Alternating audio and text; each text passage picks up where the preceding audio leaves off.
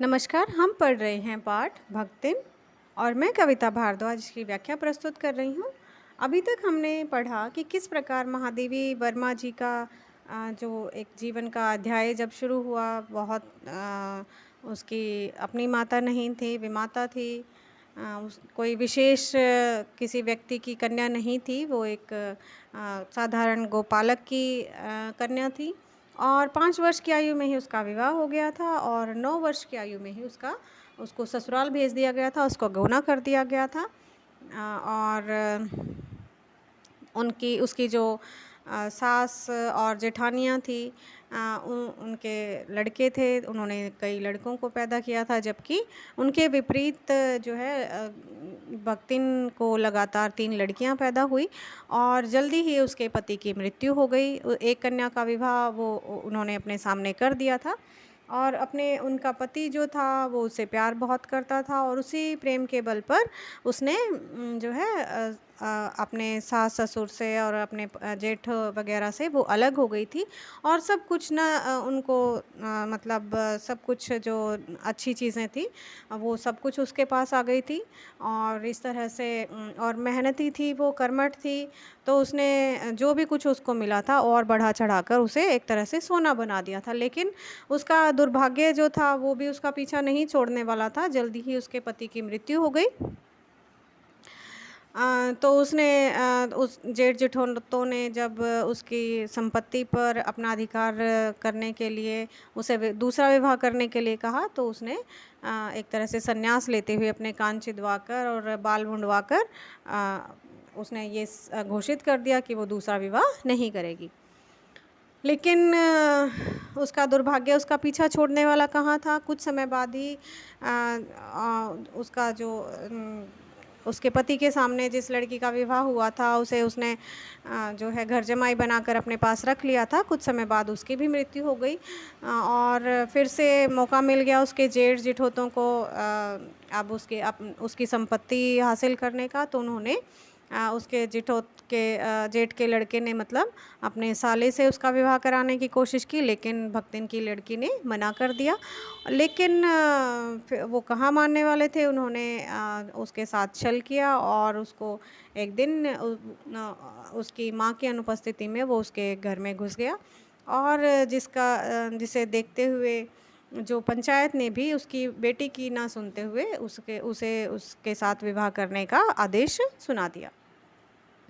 और अब इसके कारण दोनों माँ बेटी इतनी हताश हो गई कि अब वो उनका कुछ करने का मन भी नहीं था और एक समय ऐसा आ गया कि जो वो लगान भी नहीं चुका पाई और लगान ना चुका पाने के कारण उसे ज़मींदार ने पूरा दिन धूप में खड़ा रखा और इसी के बाद उसने अपना जो घर है वो छोड़ दिया और वो शहर आ गई जहाँ पर महादेवी वर्मा के यहाँ पर वो सेवक धर्म में दीक्षित हुई, मतलब उसकी उन महादेवी वर्मा की वो सेविका बन गई। और महादेवी वर्मा की सेविका बनने के बाद उसने जो है महादेवी वर्मा को भी अपने ही तरह ही देहाती बना दिया, देहाती बन गई थी। महादेवी वर्मा जिस तरह से गांव देहात में खाती हैं उसी प्रकार भक्तिन की सारी बातें मानती हुई एक तरह से बिल्कुल देहात के रंग में ही रंग चुकी थी। तो आगे ही जानते हैं। तो इसी से आज मैं देहाती हूँ, पर उसे शहर की हवा भी नहीं लग पाई। अब महादेवी वर्मा को भक्तिन ने बिल्कुल देहाती बना दिया था, लेकिन वो शहर के रंग में बिल्कुल नहीं रंग पाई। मकई का रात को बना हुआ दलिया सवेरे मट्ठे से सौंधा लगता है, ये बताकर बाजरे के तिल लगाकर बना हुए पुए गरम कम अच्छे लगते हैं। ज्वार के भुने हुए भुट्टे के हरे दानों की खिचड़ी स्वादिष्ट होती है। सफ़ेद महुए की लापसी संसार भर के हलवे को लजा सकती है आदि वह मुझे क्रियात्मक रूप से सिखाती रहती है। पर यहाँ का रसगुल्ला तक भक्तिन के पोपले मुँह में प्रवेश करने का सौभाग्य नहीं प्राप्त कर सका। उसने गांव का देहात का उसको सब कुछ खिलाया उसकी तारीफ़ करके, लेकिन बढ़ा चढ़ा के उसका बखान करके, लेकिन शहर का रसगुल्ला तक उसने स्वयं नहीं खाया। मेरे दिन रात नाराज़ होने पर भी उसने साफ़ धोती पहनना नहीं सीखा, पर मेरे स्वयं धोकर फैलाए हुए कपड़ों को भी वह तह करने के बहाने सिलवटों से भर देती है। मुझे अपनी भाषा की अनेक दंत कथाएँ कंठस्थ करा दी हैं, पर पुकारने पर वह आए के स्थान में जी कहने का शिष्टाचार भी नहीं सीख पाई है। मतलब उसने महादेवी वर्मा को तो अपने रंग में रंग लिया था, लेकिन स्वयं वो महादेवी वर्मा के या किसी शहरी रंग में नहीं रंग पाई थी। भक्तिन अच्छी है यह कहना कठिन होगा, क्योंकि उसमें दुर्गुणों का अभाव नहीं है। मतलब वैसे तो भक्तिन अच्छी है और बिल्कुल अच्छी है ये कहना कठिन होगा, क्योंकि उसमें भी दुर्गुणों का अभाव नहीं है, मतलब दुर्गुण उसमें भी हैं। वह सत्यवादी हरिश्चंद्र नहीं बन सकती, पर नरो व कुंजरो व कहने में भी विश्वास नहीं करती। नरो व कुंजरो व मतलब अर्थात नर नहीं, कुंजर मतलब हाथी। जब ये महाभारत के युद्ध के समय का वर्णन यहाँ पर किया गया है, जब द्रोणाचार्य को मारने के लिए जाल बिछाया गया था और युद्ध में ये खबर फैला दी गई थी कि अश्वत्थामा मारा गया है। हाथी को मारकर भीम ने ये अफवाह फैला दी थी कि अश्वत्थामा मारा गया, क्योंकि उस हाथी का नाम भी अश्वत्थामा था। जब गुरु द्रोण को ये विश्वास नहीं हुआ तो उसने युधिष्ठिर के पास जाकर इस सच्चाई को जानने की कोशिश की। तब जो है धर्मराज युधिष्ठिर ने कहा हाँ अश्वत्थामा मारा गया, लेकिन नरो व कुंजरो व ये उन्होंने जब ये कहा कि नर नहीं कुंजर मतलब हाथी, तो उस समय पर भगवान श्री कृष्ण ने जो है शंख ध्वनि कर दी थी, जिसके कारण द्रोणाचार्य जी इस पंक्ति को नहीं सुन पाए और उनकी बात पर विश्वास करके उन्होंने शस्त्र त्याग दिए थे और धृतराष्ट्र ने गुरु द्रोणाचार्य का वध कर दिया था। तो एक तरह से ना झूठ और ना सच, तो इस तरह से कहती थी वो अपनी बात को बनाकर, जिसमें झूठ भी नहीं कह सकते और सच भी नहीं मान सकते। मेरे इधर उधर पड़े पैसे रुपए भंडार गृह में कि किसी मटकी में वे कैसे अंतर्हित हो जाते हैं, मतलब वो समा जाते हैं इधर उधर। अगर महादेवी वर्मा पैसे रखकर छोड़ देती है, भूल जाती है, तो वो उसको किसी भी मटकी में संभाल कर रख देती है। यह रहस्य भी भक्तिन जानती है, पर इस संबंध में किसी के संकेत करते ही वह उसे शास्त्रार्थ के लिए चुनौती दे डालती है कि जैसे ही अगर कोई इस बात को गलत साबित करना चाहता है तो उसके लिए भी वो मतलब चुनौती दे डालते कि नहीं ऐसा ये गलत नहीं है, जिसको स्वीकार कर लेना किसी तर्क शिरोमणि के लिए संभव नहीं है कि कोई भी तर्क में उससे नहीं जीत सकता था। यह उसका अपना घर ठहरा। वो कहती ये मेरा अपना घर है, पैसा रुपया जो इधर उधर पड़ा देखा संभाल कर रख दिया, यह क्या चोरी है? उसके जीवन का परम कर्तव्य मुझे प्रसन्न रखना है। जिस बात से मुझे क्रोध आ सकता है उसे बदल कर इधर उधर करके बताना क्या झूठ है? इसकी चोरी और इतना झूठ तो धर्मराज महाराज में भी होगा, नहीं तो वे भगवान जी को कैसे प्रसन्न रख सकते और संसार को कैसे चला सकते? तो इस तरह से वो अपनी बात को सिद्ध करने की कोशिश करती है। शास्त्र का प्रश्न भी भक्तिन अपनी सुविधा के अनुसार सुलझा लेती है। मुझे स्त्रियों का सिर घुटाना अच्छा नहीं लगता, अतः मैंने भक्तिन को रोका। मतलब इस तरह से सिर मुंडवाना, घुटाना मतलब मुंडवाना अच्छा नहीं लगता था, तो उन्होंने भक्तिन को ऐसा करने के लिए मना किया। उसने अकुंठित भाव से उत्तर दिया कि शास्त्रों में लिखा है। कुंठित मतलब गुस्सा हुए बिना उसने कहा कि नहीं ऐसा तो शास्त्रों में लिखा है। कुतूहलवश मैं पूछी बैठी क्या लिखा है? तुरंत उत्तर मिला तीरथ गए मुंडाए सिर, के तीरथ जाकर सर मुंडाया जाता है। कौन से शास्त्र का यह रहस्य सूत्र है, यह जान लेना मेरे लिए संभव ही नहीं था, क्योंकि वो बता ही नहीं पा सकती थी। अतः मैं हार कर मौन हो ही रही और भक्तिन का चूड़ा कर्म हर बृहस्पतिवार को एक दरिद्र नापित के गंगा जल से धुले उस्त्रे द्वारा यथाविधि निष्पन्न होता रहा। मतलब इस तरह से हर वीरवार को एक गरीब जो नाई था, नापित मतलब नाई, उसके गंगा जल से धुले हुए उस्त्रे से वो हर वीरवार को अपना सिर मुंडवाती रही। पर वह मूर्ख है या विद्या बुद्धि का महत्व नहीं जानती, यह कहना असत्य कहना है। कि वो मूर्ख है ऐसा नहीं है, अपने विद्या के अभाव को वह मेरी पढ़ाई लिखाई के अभिमान करके भर लेती है कि उसमें वो पढ़ना लिखना नहीं जानती, तो वो महादेवी वर्मा पर इस बात को अभिमान करके बताती है एक बार जब मैंने सब काम करने वालों के से अंगूठे के निशान के स्थान पर हस्ताक्षर लेने का नियम बनाया, तब भक्तिन बड़े कष्ट में पड़ गई, क्योंकि एक तो उससे पढ़ने की मुसीबत नहीं उठाई जा सकती थी, वो पढ़ना नहीं चाहती थी।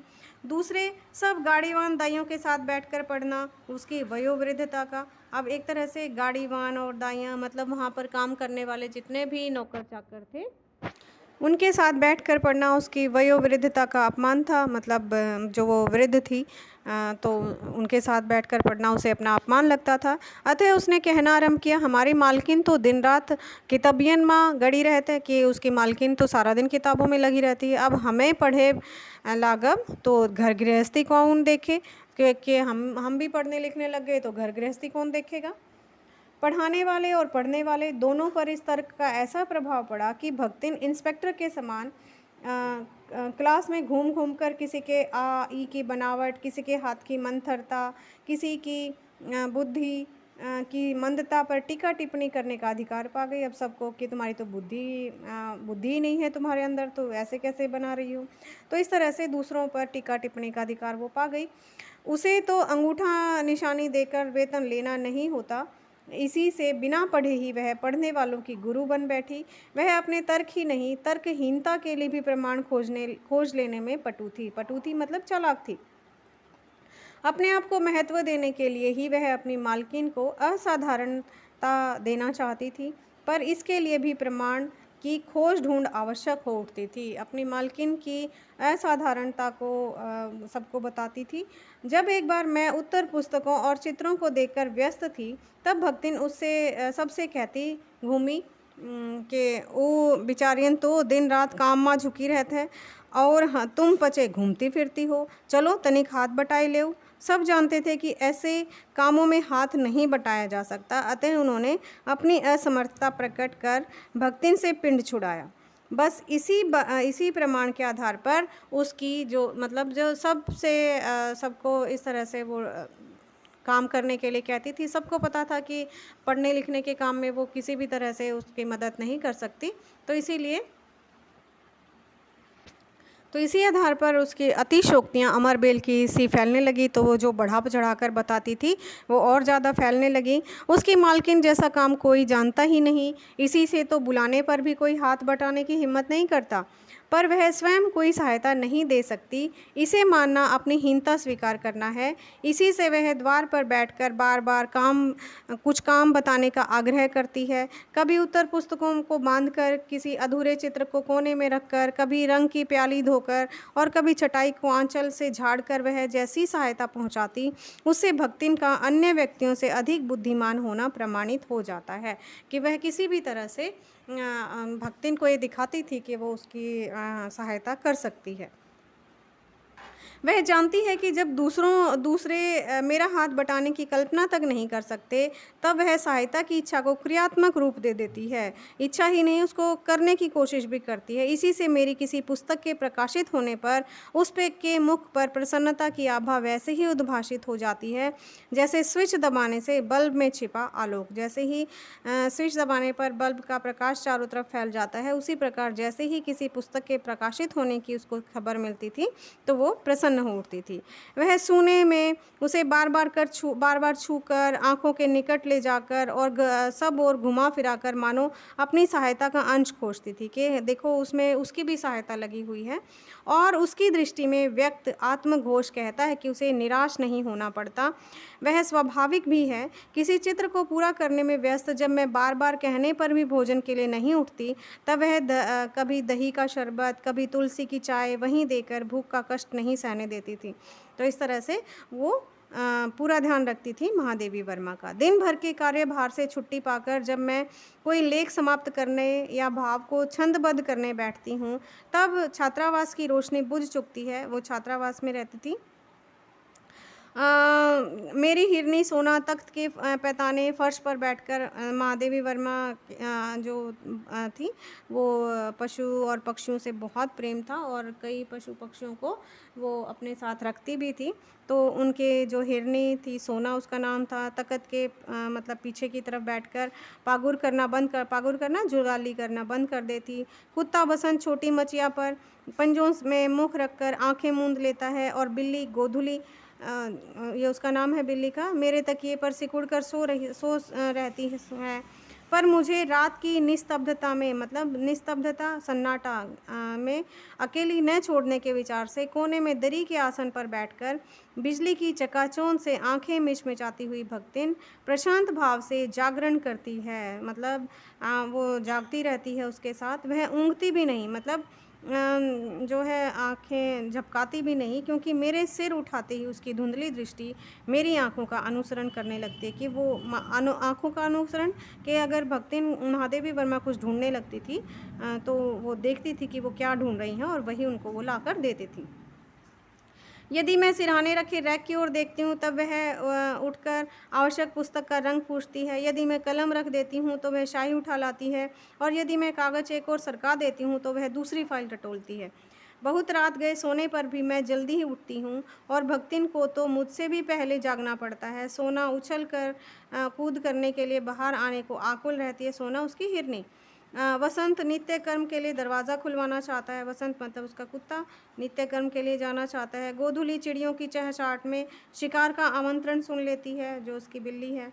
तो इस तरह से मेरे भ्रमण की भी एकांत साथिन भक्तिन ही रही है। बद्री केदार आदि के ऊंचे नीचे और तंग पहाड़ी रास्ते में जैसे वह हट करके मेरे आगे चलती रही है।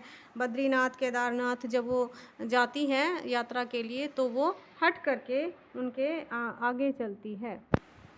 और वैसे ही धूल भरी पगडंडी पर मेरे पीछे रहना नहीं भूलती। मतलब पहाड़ी रास्तों पर वो महादेवी वर्मा के आगे चलती है कि कहीं कुछ गड्ढा या कुछ पत्थर आ जाएं तो महादेवी वर्मा को जहाँ से वो जा रही है महादेवी वर्मा भी उसके पीछे पीछे सुरक्षित आती रहें, वो कहीं गिरे ना। और जहाँ धूल भरी पगडंडी होती है वहाँ पर, क्योंकि उसके चलने से जो धूल महादेवी वर्मा के ऊपर ना उड़े, इसलिए वो महादेवी वर्मा के पीछे चलती हैं। किसी भी समय कहीं भी जाने के लिए प्रस्तुत होते ही मैं भक्तिन को छाया के समान साथ पाती हूँ। उसे कहीं भी जाना होता था महादेवी वर्मा जी को तो हमेशा ही वो कहाँ पर महादेवी वर्मा को हमेशा ही अपने साथ युद्ध को देश की सीमा में बढ़ते देख जब लोग आतंकित हो उठे, तब भक्तिन के बेटी दामाद उसके नाती को लेकर बुलाने आ पहुँचे, पर बहुत समझाने बुझाने पर भी वह उनके साथ नहीं जा सकी। सबको वह देख आती है, रुपया भेज देती है, पर उनके साथ रहने के लिए मेरा साथ छोड़ना आवश्यक है, जो संभवतः भक्तिन को जीवन के अंत तक स्वीकार नहीं होगा। वो भक्तिन जो है वो महादेवी वर्मा को छोड़कर नहीं जाना चाहती। जब गत वर्ष मतलब पिछले साल युद्ध के भूत ने वीरता के स्थान पर पलायन वृत्ति जगा दी थी, तब भक्तिन पहली ही बार सेवक की विनीत मुद्रा के साथ मुझसे गांव चलने का अनुरोध करने लगी। वह लकड़ी रखने के मचान पर अपनी नई धोती बिछाकर मेरे कपड़े रख देगी। मतलब इस तरह से वो सारी जो है अपनी योजना बताती थी। दीवार के किले गाड़ कर उन पर तख्ते रखकर मेरी किताबें सजा देगी। धान के पुआल का गोदरा बनवाकर और उस पर अपना कंबल बिछाकर वह मेरे सोने का प्रबंध करेगी। मेरे रंग स्याही आदि को नई हंडियों में संजो कर रख देगी और कागज़ पत्रों को छीके में यथाविधि एकत्रित कर देगी। मेरे साथ वहाँ जाकर रहने के लिए रुपया नहीं है। वह मैंने भक्तिन के प्रस्ताव को अवकाश न देने के लिए कहा, पर उसके परिणाम ने मुझे विस्मित कर दिया। भक्तिन ने परम रहस्य का उद्घाटन करने की मुद्रा बनाकर और पोपला मुंह मेरे कान के पास ले जाकर होले होले बताया कि उसके पास 5 बीसी और 5 रुपया गड़ा रखा है, उसी से वह सब प्रबंध कर लेगी। फिर लड़ाई तो कुछ अमरोती खाकर आई नहीं है कि अमर तो हुई नहीं है लड़ाई। जब सब ठीक हो जाएगा तब यहीं लौट आएंगे। भक्तिन की कंजूसी के प्राण पूंजीभूत होते होते पर्वताकार बन चुके थे। उसकी कंजूसी जो है इतनी ज़्यादा बढ़ चुकी थी, परंतु इस उदारता के डायनामाइट ने क्षण भर में उन्हें उड़ा दिया था। वो पैसे जिस तरह से जोड़ती थी, लेकिन महादेवी वर्मा के आगे वो सब समाप्त हो गया था। इतने थोड़े रुपयों का कोई महत्व नहीं, परंतु रुपये के प्रति भक्तिन का अनुराग इतना प्रख्यात हो चुका है कि मेरे लिए उसका परित्याग मेरे महत्व की सीमा तक पहुंचा देता है। मतलब उसके लिए पैसों की, रुपयों की बहुत अहमियत है, बहुत प्रेम है उसका पैसों के प्रति, रुपयों के प्रति, लेकिन उसके ऊपर महादेवी वर्मा के लिए उन पैसों के को भी महत्व ना देना जो है उसके इस त्याग को बताता है, महादेवी वर्मा के प्रति उसके प्रेम को दर्शाता है। भक्तिन और मेरे बीच में सेवक स्वामी का संबंध है, यह कहना कठिन है कि उनके बीच में सेवक और स्वामी का संबंध है, ये क्योंकि ऐसा कोई स्वामी नहीं हो सकता जो इच्छा न होने पर भी सेवक को अपनी सेवा से हटा ना सके। मतलब इच्छा होने पर भी, सॉरी, कि इच्छा है फिर भी वो अपनी उसे अपनी सेवा से हटा ना सके, नौकरी से ना हटा सके। और कोई ऐसा सेवक भी नहीं सुना गया जो स्वामी के चले जाने का आदेश पाकर अवज्ञा से हंस दे। अगर वो कह दे कि यहाँ से चली जाओ तो वो हंस दे उसकी बात ना मानकर। भक्तिन को नौकर कहना उतना ही असंगत है जितना अपने घर में बारी बारी से आने जाने वाले अंधेरे उजाले और आंगन में फूलने वाले गुलाब और आम को सेवक मानना।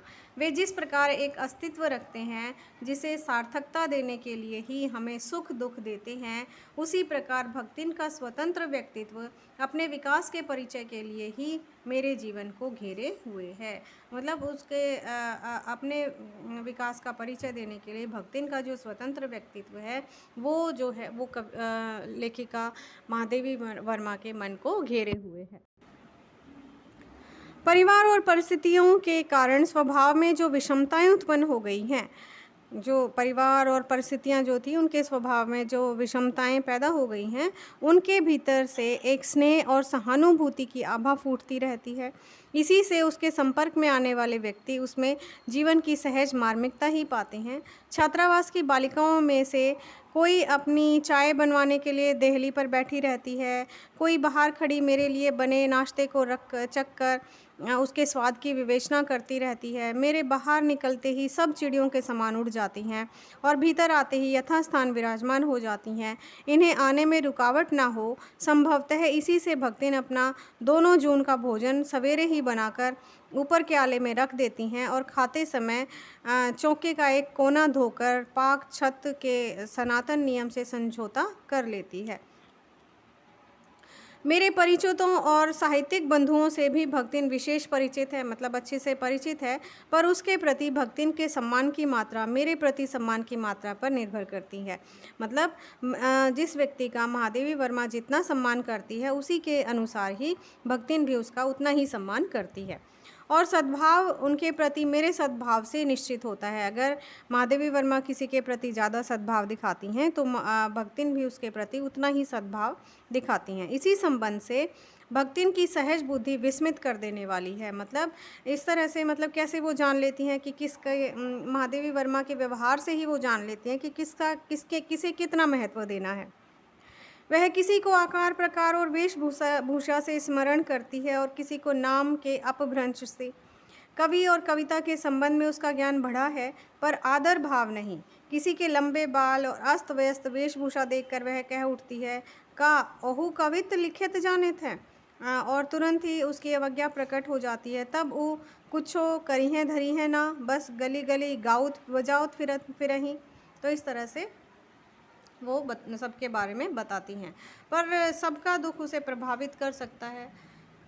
विद्यार्थी वर्ग में से कोई जब कारागार का अतिथि हो जाता है, मतलब जेल चला जाता है, तब उस समाचार को व्यथित भक्तिन बीता बीता मतलब भरे लड़कन का जो है कलयुग रहा तौन रहा अब परलय हुई जाई।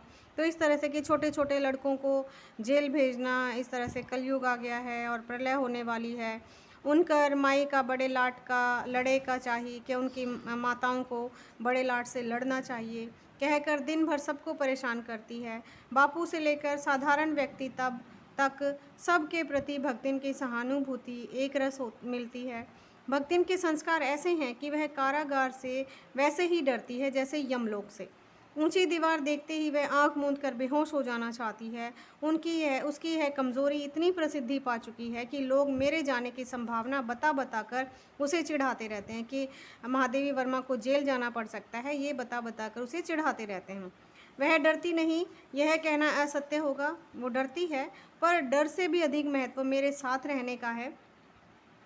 चुपचाप मुझसे पूछने लगती है कि वह अपनी कैद धोती साबुन से साफ़ कर ले, जिससे मुझे वहाँ उनके साथ लज्जित ना होना पड़े। क्या क्या सामान बांध ले, जिससे मुझे किसी प्रकार की असुविधा ना हो सके। ऐसी यात्रा में किसी के साथ जाने का अधिकार नहीं। यह आश्वासन भक्ति के लिए कोई मूल्य नहीं रखता। अब वो महादेवी वर्मा बताती हैं कि ऐसी यात्रा में कोई भी किसी के साथ नहीं जा सकता, तो उसके लिए इस बात का कोई महत्व नहीं।